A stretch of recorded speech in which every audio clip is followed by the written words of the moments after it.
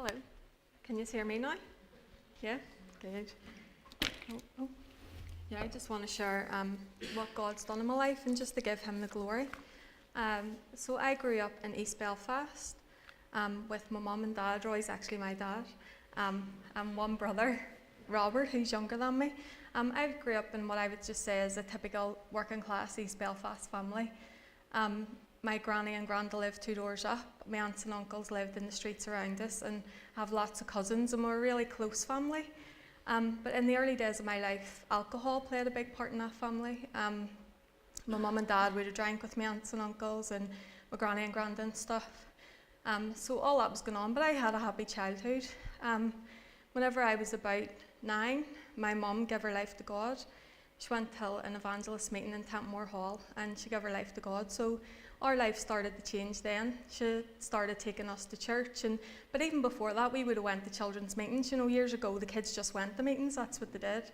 We went to Sunday school, and probably to give our mum and dad a break more than anything. But so I knew about God. I knew about God from an early age. But coming into teenage years, going from primary school to high school was a really big transition in my life, and I suppose that's when other things started to influence me.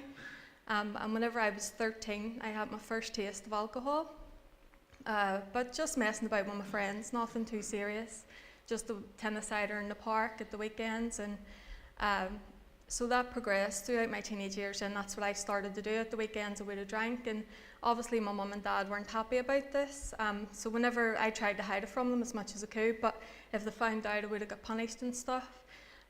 So then in my late teenage years, I started dabbling in drugs, just like smoking cannabis and just going to parties and taking drugs and stuff, which obviously wasn't a good path to choose. But again, as my dad said, you don't choose that path. You think, oh, I'm only messing about. All my friends are doing this. You know, it's good fun. I thought that at the time.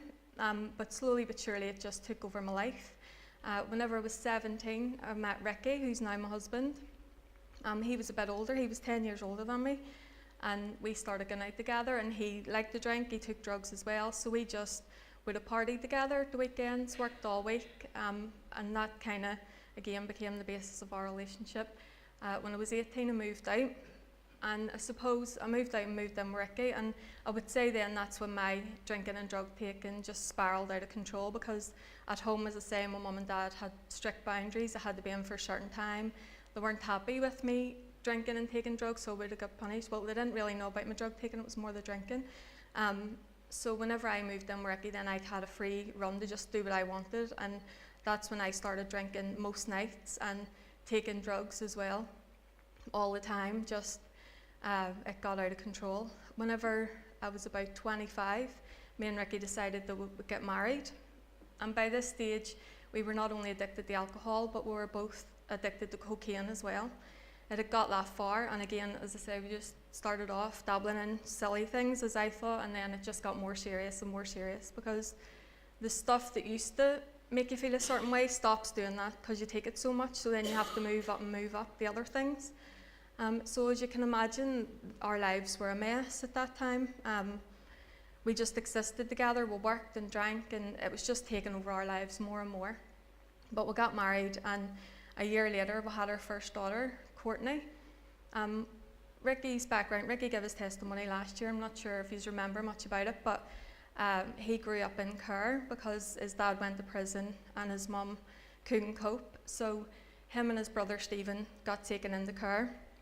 And whenever I was pregnant with Courtney, Stephen actually died from his alcoholism. He was 36. So I suppose for me, that really shook our world, because we thought, you know, we're messing about, we're only having a good time. We never actually thought it would ever take our lives. And when we seen Stephen so young dying from it, that really shook me, and it really got me thinking, is this what life's all about? Am I just going to drink myself to death and that's going to be it for us? You know, there's not much life in it, really.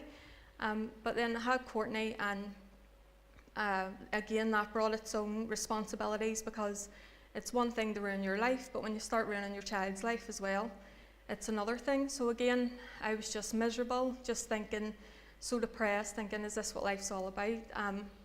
And 2 years after that, then I had our second daughter, Lauren, but still just in the mess, still depressed. And by this stage then I started to seek help. I started to think, I just can't go on like this anymore. I can't live this life anymore. It's just miserable. Our lives were just in chaos. We had 2 beautiful daughters to look after in the middle of it all. So I went to the doctors and I went for counselling, and to be honest, nothing really worked. It was like I was on this roundabout, just going round and round and round. Every weekend I wanted to stop, but then I couldn't. Couldn't do it in my own power. And obviously my mum and dad worked for Starris. And before this, my dad had given his life to God, and I seen such a change in him. He was obviously had his own trouble with drink and all the stuff that he had went through, and I'd seen that God had totally transformed his life. You know, it was he was so quiet and wouldn't really spoke much, and I seen him then in South Belfast, Elim, standing up in front of the church, giving his testimony of what God had done when he was getting baptised, and I was like, my goodness, he's totally different, you know. So I knew that God could do that for me as well. But it was just taking that step, I suppose. It's a big step to take, especially when it's not really what you know. You don't know what a Christian even is.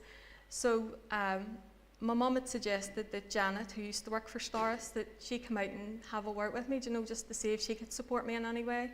And she did. She came out and she just explained to me that her life was kind of like mine. She had 2 daughters as well, and she had a drink problem, and she used to dabble with drugs and stuff, and she was telling me about what God had done for her, and she said, he can do the same for you.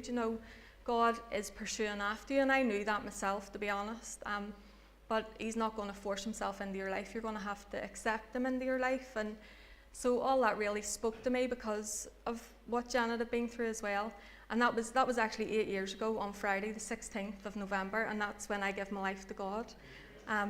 So from then, God has totally transformed my life. He has transformed not only my life, but my family's life too. Obviously, my girls don't see drink or drugs anymore, which is amazing. But as Judah said, whenever I get saved, obviously, he transformed my life, but then I still had a husband who was an addict as well. So Ricky carried on drinking and carried on taking drugs, and that was really hard. And he had his own stuff. He just lost his brother, and his life was in a mess, and he didn't know where to turn either. But obviously now I knew the answer. I had that answer, and I kept on getting him to try to come to church, and he didn't want to, but I couldn't make him, and it had to be God to work in his life too. And this went on for a couple of years, I would say, and he carried on drinking, and our life, it was like 2 separate lives. We were existing together, but I was going to church and Ricky was out drinking and stuff with his friends. So it kind of came to it where I said, Ricky, this isn't good. We can't go on living like this. And we decided that he would move out, that we would separate. And I moved in with my mum and dad with the girls, and Ricky went and stayed at his friend's house. And that was for 7 months. And I seen Ricky was going round the same cycle I'd went round, trying to stop every week and not being able to do it. But finally, he got there in the end. 7 months after we split up then, he gave his life to God. And God has totally healed his life. He saved, I think it's about 4 or 5 years now, and it's amazing, honestly. You can't put into words hardly what God has done for us. Our life was in absolute turmoil. It was terrible, and the only way you can describe it is now I have this peace that nothing on earth could ever give me, and I tried it all. Only God could give me this peace. My life is definitely not perfect. It's far from it. We have troubles, we have hard times, but God sees us through, and he's with us. He's with us all the time. So, Ricky now works in drop-in ministries, and now I've had the opportunity. I prayed after I got saved, Lord, just use all this hurt in my life. Use it for your goodness, and for your glory. And so then I've had the opportunity now to work for Starris. And as my dad said too, I just come alongside women and just tell them what God's done for me. That's the only answer I have. And it gives them hope to know that their addiction isn't the end. They can be healed. They can have life after all that mess and all that addiction. So it's been a privilege to work for Starris and to use it for God's glory. So thank you so much for listening. All right.